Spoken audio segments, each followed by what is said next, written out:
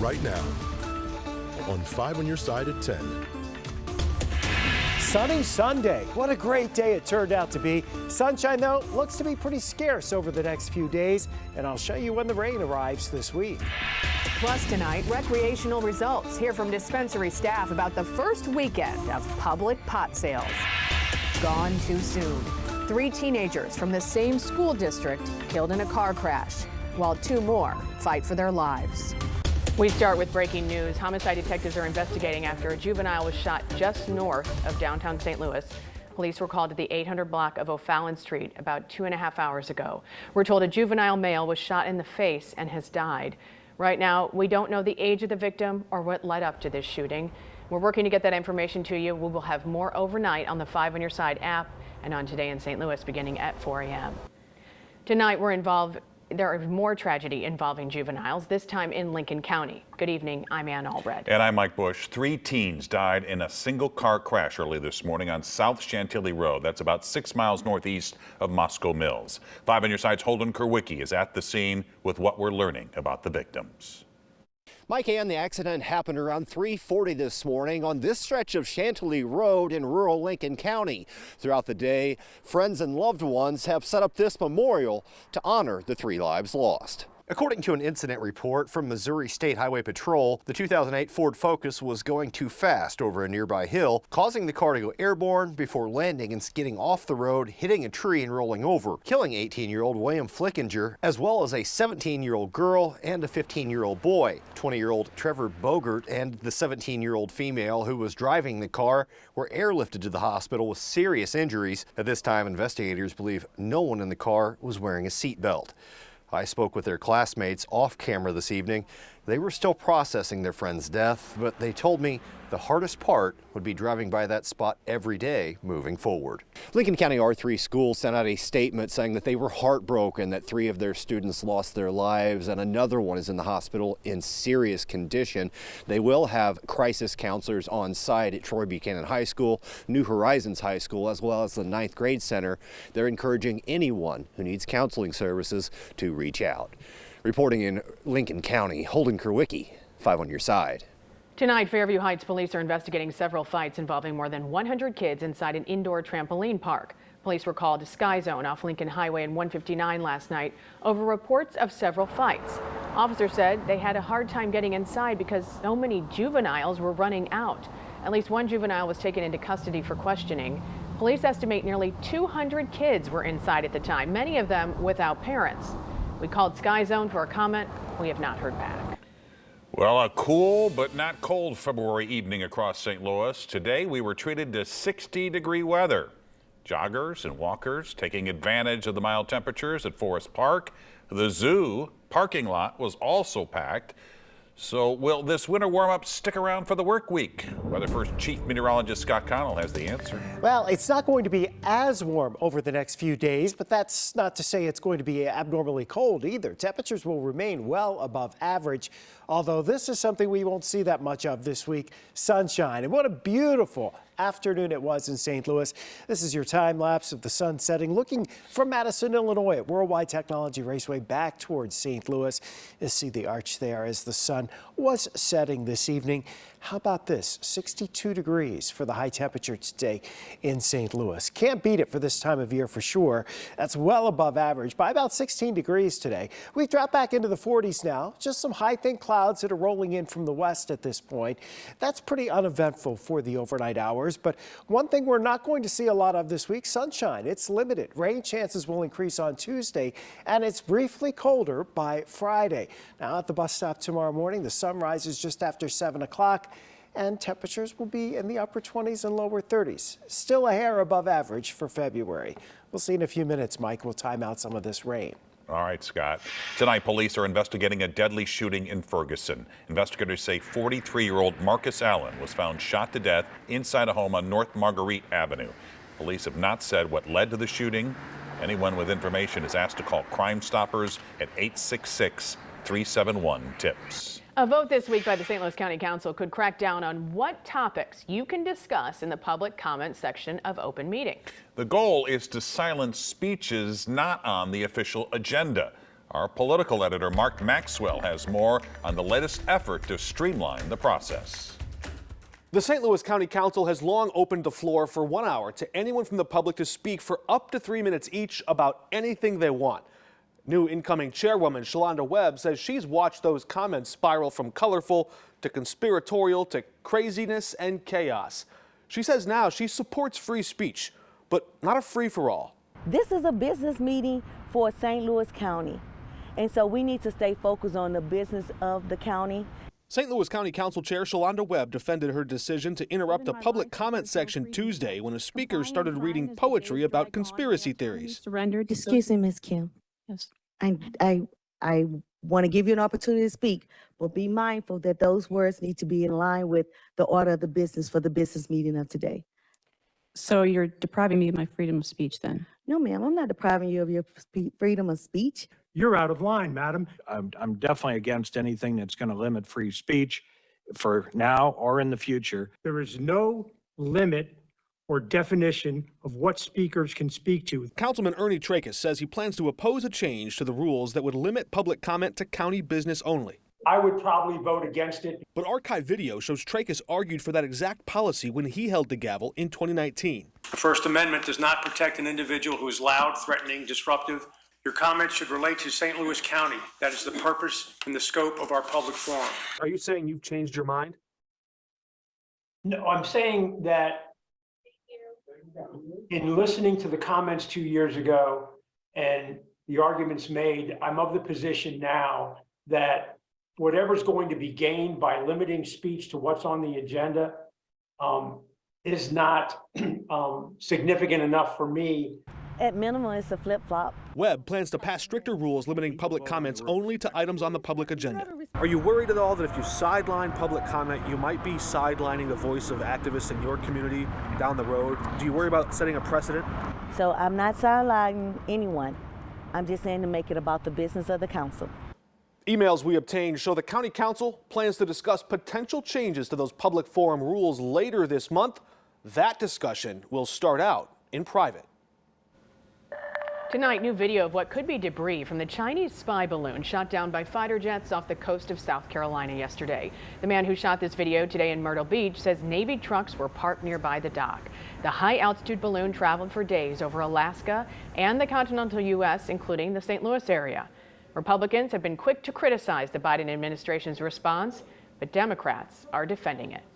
Anytime the military is considering an operation like that, they have to consider the safety of the American people. The president called for this to be dealt with in a way that balanced all of the different risks. Why didn't the president go on television? He has the ability to convene the country in cameras and basically explain what we're dealing with here and why he's made the decisions he's making. The FBI will analyze the debris. China says U.S. officials overreacted. Tonight, local dispensaries are wrapping up their first weekend of recreational marijuana sales in Missouri. They've been busy since getting the green light on Friday. As Mercedes McKay reports, those dispensaries saw sales skyrocket. 35. At Field State Dispensary in Florissant, the past couple of days can only be described in one way. It's been pretty hectic. But a good hectic. We've quadrupled our normal flow. General Manager Nick Wegman believes that flow will only get higher and higher. It sells itself. You know, we don't really need to do much other than be on time and be very nice and provide education. Wegman says getting ready to sell earlier than anticipated meant quadrupling everything from staff to supplies. It's been quite a weird, heavy transition, scaling up 5 times. But the look on customers' faces made the hustle and bustle all worth it. The smiles. Yeah, there were a lot of smiles. I think and I feel that people were more than excited to get in the doors. Over at Starbuds in University City, when you take one from this family, one from this family, sales have more than doubled. On Friday and Saturday, we've seen more than 300 customers each day. Which is not only exciting for Chris Chesley as an owner, but the area too. I don't think any municipality, wants to miss out on any tax dollars, and so far it's looking good for the city, the state, and the county. While it's only the beginning, Chesley is ready for what's to come. People are excited. People have been super excited. People are coming in with smiles on their faces, leaving with smiles on their faces. People have waited their whole lives for this. And so it's just exciting to be a part of all of it. It's Mercedes McKay, 5 on your side. Starbuds did invest in an ID scanner, and the owner tells us it's already paying off. They turn people away for trying to use fake IDs. Retirement recharge. The community needs us. How some skilled electricians are short-circuiting their retirement to make a difference in their community. It only takes one bad link and one wrong click. Tonight, our Verified team has 3 ways to spot the tricks of hackers. So the mild weather continues into the start of this week, but all this energy that's out to the west is heading our way, and with it, changes for the work week ahead.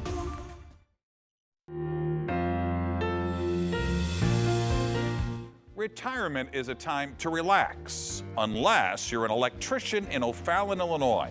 They've spent years providing power to houses all over their community, and now we find out what powers them is their heart. On this construction site in O'Fallon, Illinois, they're about to see the light. Workers are in the final phase of installing the home's electrical system. This right here will be a set of 3 switches. There'll be a fan and a light up here, as well as a light that in general in the room itself. All right. It's not often that you'll find this many electricians working on one house, and with this much experience. I was an electrician for 35 years. 38 years. And you'll get a similar answer from every one of these guys. In fact, they've all short-circuited retirement. I love retirement. Compared to working, fantastic. Well, you say that, but here you are working. Well, yeah, that's true, but it doesn't feel like work when you're not under the gun or... What sparked them to dust off the old voltage tester, I love it, was the opportunity to give back. The community needs us, and what better thing to get on with than Habitat for Humanity? Habitat for Humanity, of course, builds homes all over the world for people in need. So they can step up in life. It's not necessarily a hand out, it's a hand up to bring them from where they were. And for the past several years, these retired union electrical workers from IBEW 309 have been teaming up with the O'Fallon Habitat chapter to energize these new homes. I mean, initially we had 6 guys right off the get-go, and now we're up to 14 different guys. Generosity leading to camaraderie. But I haven't done one in a while.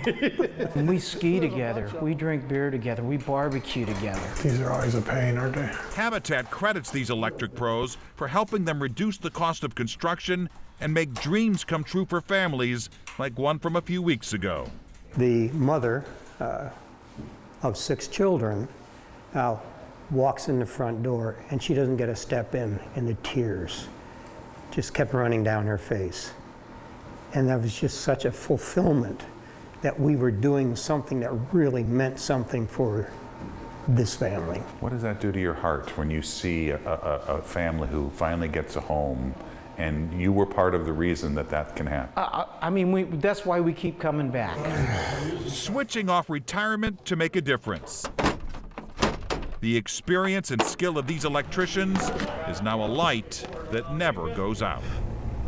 Well, it's good. It's just a good feeling.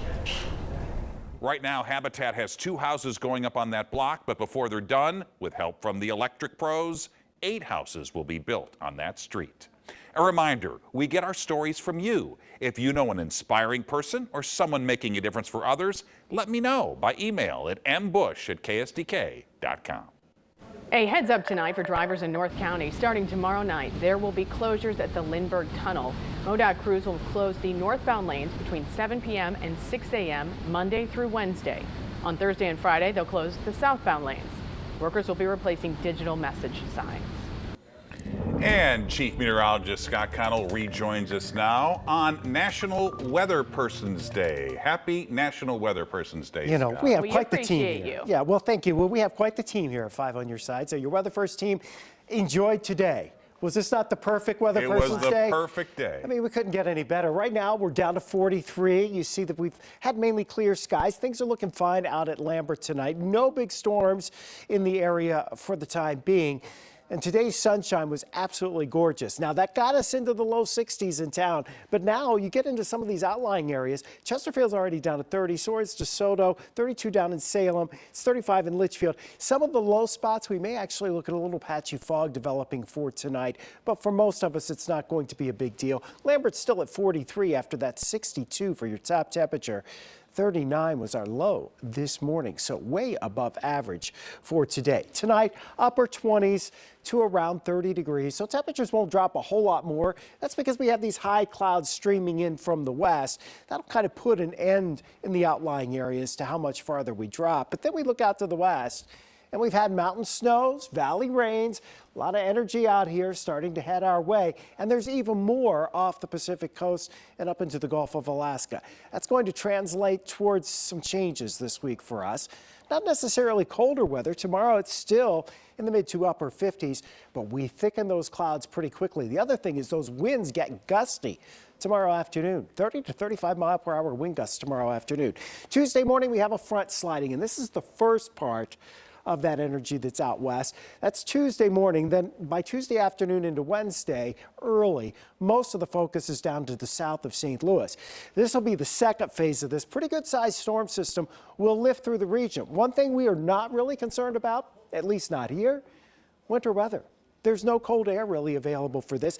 Maybe there's a little bit of a wintry mix up into Iowa and eventually changing over to snow, but this is all rain without a doubt for St. Louis. Some gusty winds on Wednesday, some gusty winds on Thursday, and eventually colder air will follow behind that system as we head towards Friday.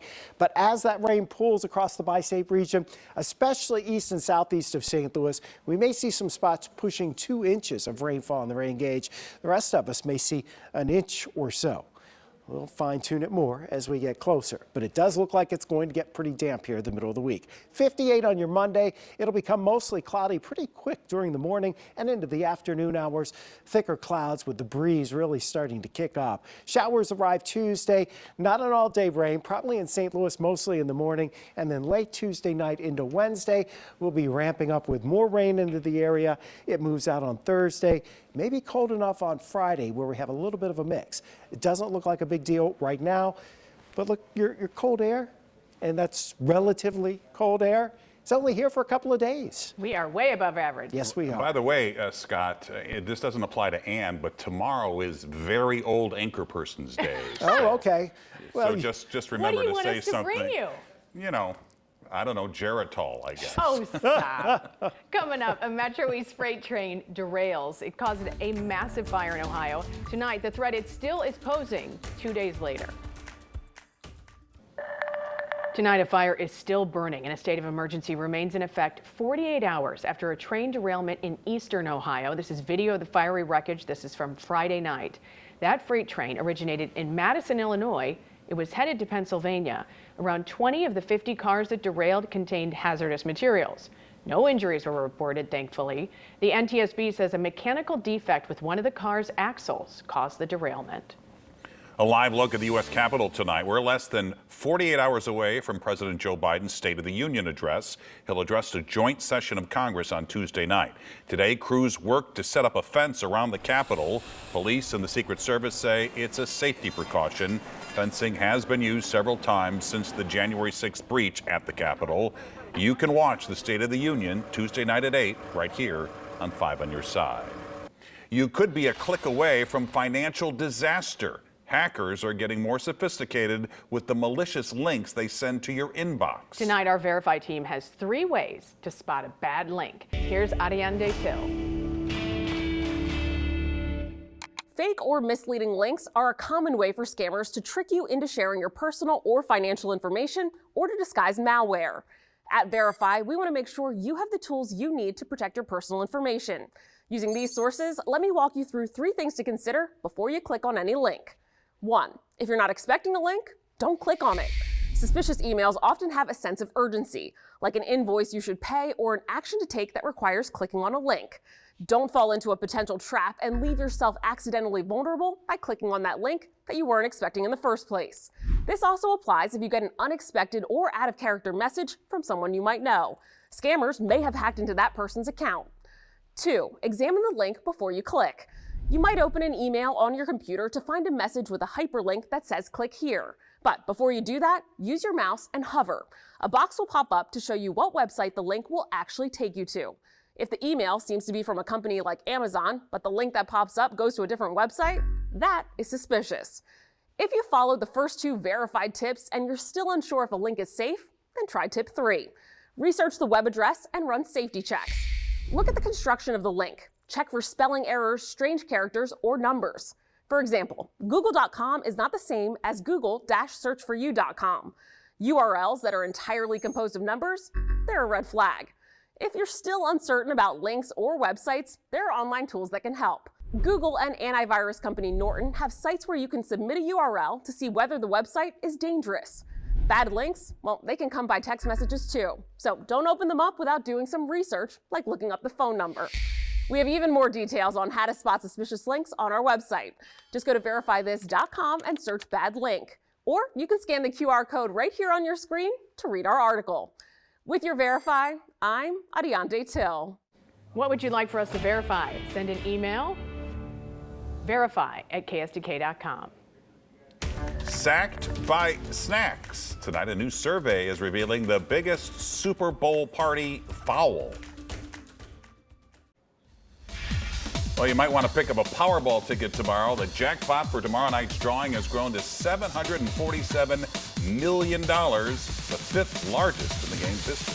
Actress Viola Davis has joined an exclusive group. Tonight, she got EGOT status with her first Grammy win. Only 18 people have been awarded an Emmy, Grammy, Oscar, and Tony. Davis is only the 3rd black woman to become an EGOT, joining Whoopi Goldberg and Jennifer Hudson. And we're 1 week away from Super Bowl 57. If you're throwing a party, make sure you have enough snacks. A new survey from Frito-Lay found that 49% of football fans say running out of food is worse than their team losing. 62% prefer filling up their plates during commercials rather than miss any of the game. And there you have it. 5 on your side at 10. Start your day with Today in St. Louis beginning at 4 a.m. Now here's Frank Cusimano with Sports Plus.